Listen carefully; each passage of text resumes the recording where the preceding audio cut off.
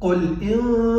كانت لكم الدار الآخرة عند الله خالصة من دون الناس فتمنوا الموت إن كنتم صادقين ولن يتمنوه أبدا بما قدمت أيديهم والله عليم بالظالمين ولتجدنهم أحرص الناس على حياة